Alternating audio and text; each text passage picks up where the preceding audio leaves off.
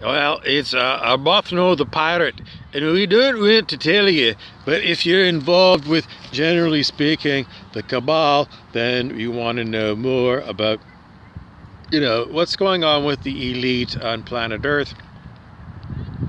The answer is we're going to use remote viewing to Club Bilderberger, and we're going to peer into the minds of the Bilderbergers. So when I peer in there, I look to see if they've left us like a notice or like their treaties or maybe like just some examples of their literature so that we can get an idea whether we want to gaze at that or not, because it could be too hypnotizing. We might want to get right down to brass tacks. A good way to get brass tacks is if you're a pirate, fire off your cannon, usually across the bow of the lead ship in the armada of, not your armada, or maybe, you want to grab attention, you just fire off the cannon. And try not to fire it at anyone in particular. Try and fire it off into a net, and so that the cannonball is caught and doesn't go. And in search of anything else we want to tell you about, we're trying to grasp the concept of what are dimensions when it comes to, let's go with law of one as one example. Let's go with dimensions, our normal physical dimensions like height, width, and depth. Those are the normal 3 dimensions of the human body, and that moves through time, which is the 4th dimension.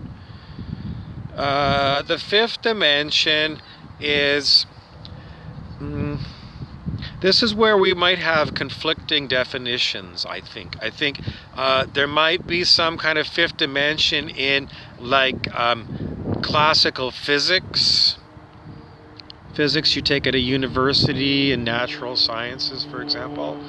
I think if they have a 5th dimension, I don't think they would call it like love. They'd probably pick like some obscure thing like quarks or Higgs bosons, which don't mean anything to me.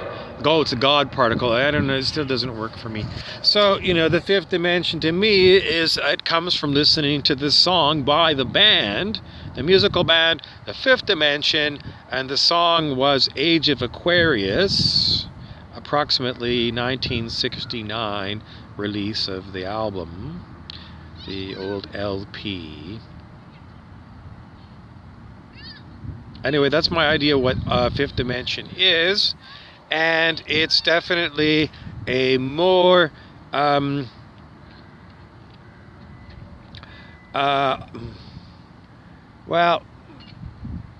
internet commentators have said pretty much on Earth today we're in what they call 4D. And this is a different definition of the 4th dimension that I gave to you, which was time. I think they're different, and then I'm trying to see, well, are there some commonalities between these two different items?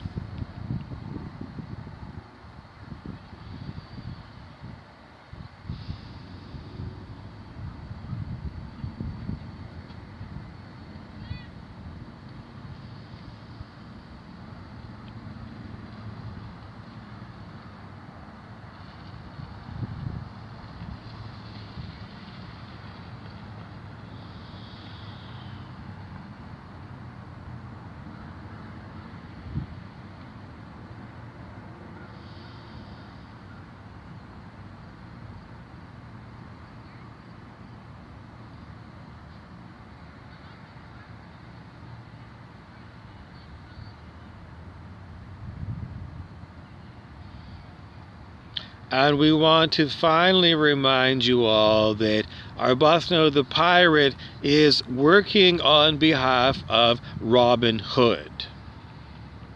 You remember Robin Hood? He stole from the rich to give to the poor, because the poor didn't have enough, because the rich were greedy. So that's what Arbuthnot says. If I'm doing piracy, I'm going to be delivering the goods to, generally speaking, the general public.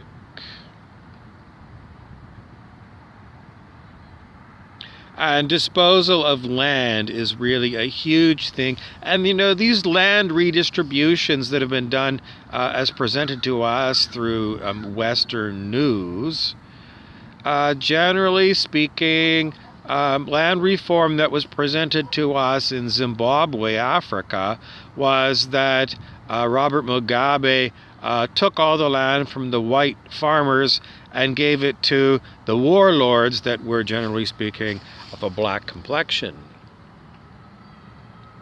And this was seen to be a great failure because while the thugs were really good at practicing war against the white thugs army, when they came to the farmers' fields that they were gifted in land reform, they were not expert farmers and were told that crop yields fell dramatically, so much so that there used to be enough food to feed the whole nation under the white farmers who, basically that's what they did. They farmed their whole life.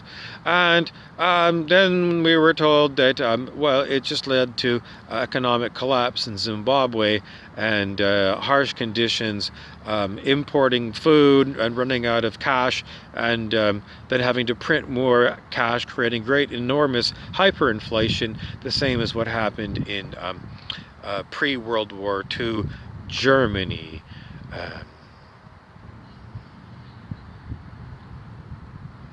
Okay, I'll let you digest this for a moment. That was a lot. I just gave you a huge data dump of words. And then, so that's usually what happens when I stop talking after I talk for a while, is that I'm like, there's still a lot of energy that I just want to clear it. And it's not me that wants it cleared. It's the story that I'm telling you wants it cleared. And I have to feel it. And sometimes it's like, oh, there's a lot of energy in here. And generally speaking, that's just the way it is. Okay, the next thing we want to try and to track for you is how many of you are experiencing now when I experience I always add an R and turn it to rum. If you like to run, I might chase your buns. And then we might get busy in the back room getting down. Yeah.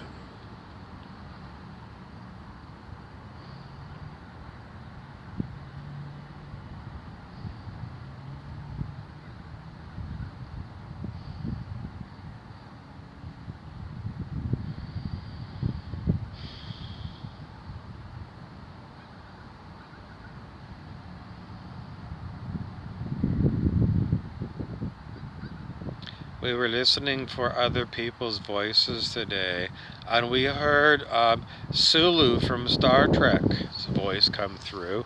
Sulu, as you know, when he was on Star Trek, he was known to get randy and look at Lieutenant Uhura and say, let's get busy, hot stuff. And then later on in, I don't know, it might have been the 2000s, George Takei, the actor that played Sulu, said, oh, by the way, guys, I'm available and I'm gay. So that was a big, what? Sulu, who, he was the great swordsman, he was on Star Trek, he had sword play. Anyways, the whole thing came down to Mr. Sulu was about 84 years old, and with that actor, I think there was a replacement for Sulu in the reboot. Makes it so difficult. Anyway, we heard from George Takei, and I am just wanted to let you know that, yes, George, we did pick up your signal. It was a little bit still too gay for us. Generally speaking, we like our gays to be available. We were watching the film version of the TV show Bewitched last night, and it was quite cute. And we always wonder, if life imitates art, imitates you, why aren't you a witch? I mean, this witch show has been going on for a long time, and if your witchery is not working for you, then perhaps you're hexed, which means there's a guild or a coven of witches that are unable to control themselves and what they're doing. So you're just going to have to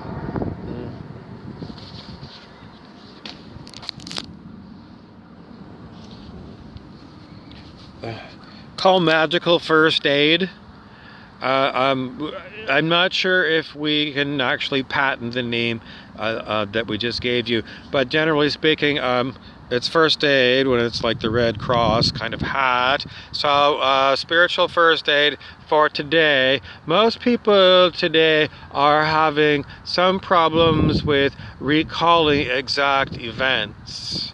In other words, my best friend died when I was 18, and I was in the car that we were all in the same accident, and there was music playing at the time when the accident actually happened, and we can't figure it out if it was Rasputin by Boney M or One Night in Bangkok by Murray Head. And we're trying to figure out, are you still traumatized by this traumatic accident that killed your friend when you were 18, all these many years later? Because if so, then you might want to have another person diagnose you and tell you you need to do this, that, or the next thing. And what I'm simply going to tell you is,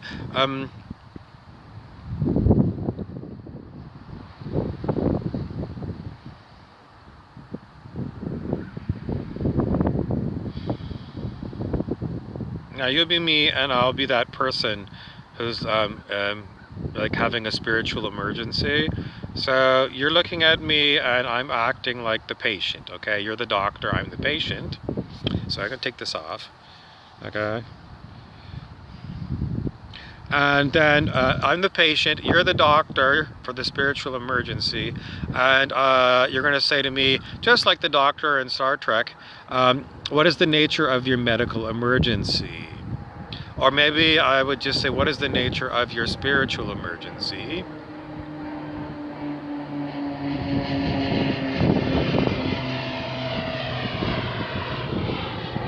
I'm not a fireman, so if you've got like a fire, you need to call 911.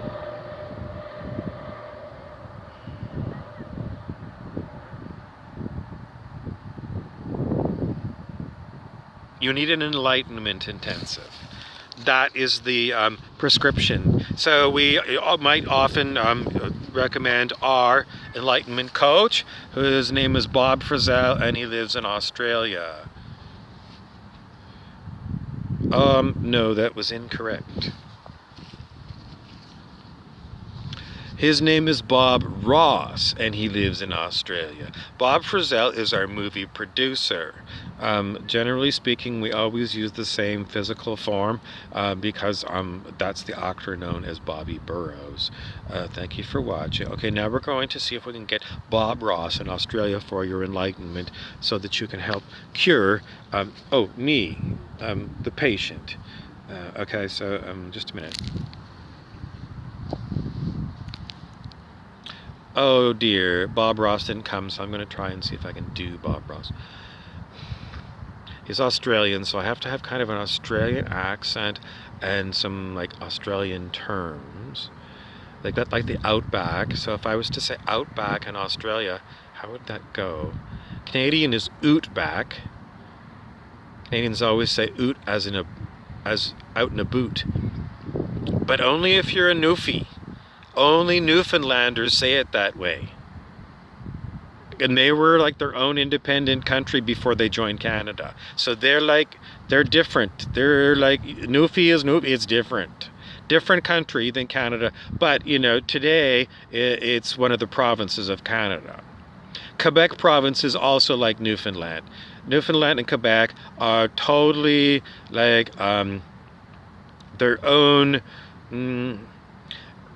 They were a separate political division before joining Canada.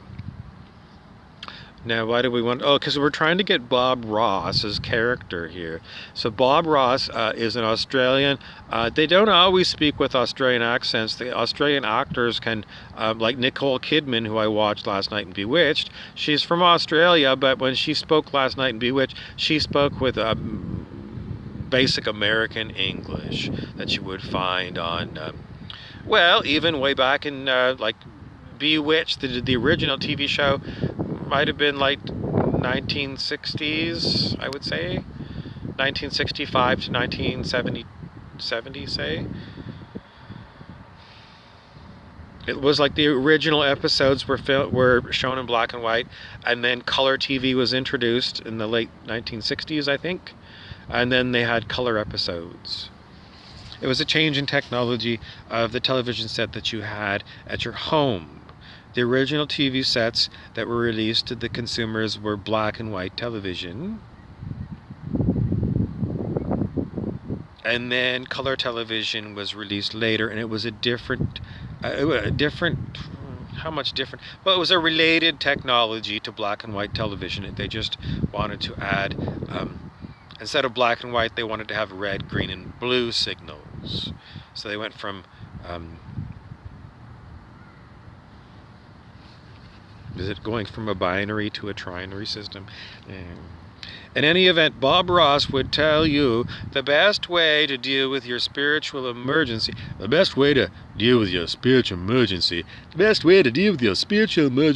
I can't seem to gather up Bob Ross as an Australian bloke. Nevertheless, I'm trying to remember. No, there's so many Australians that I've met in my life.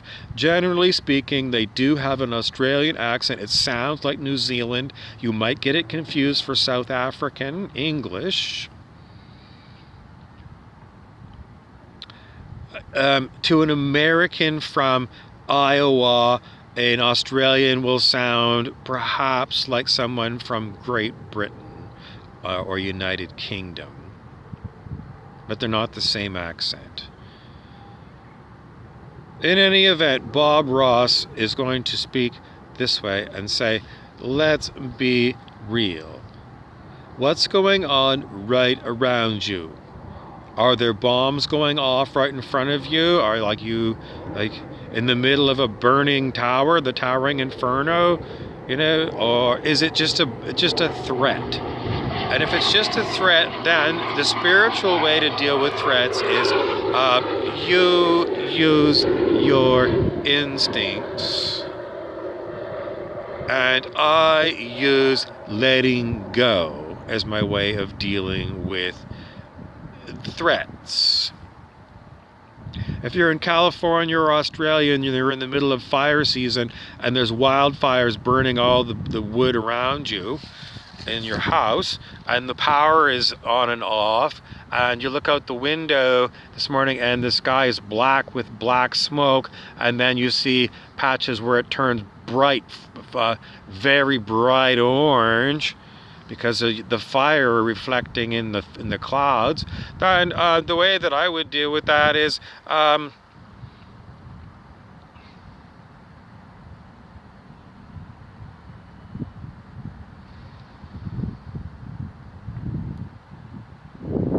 insert whatever words you want, but basically what you're looking for is peace.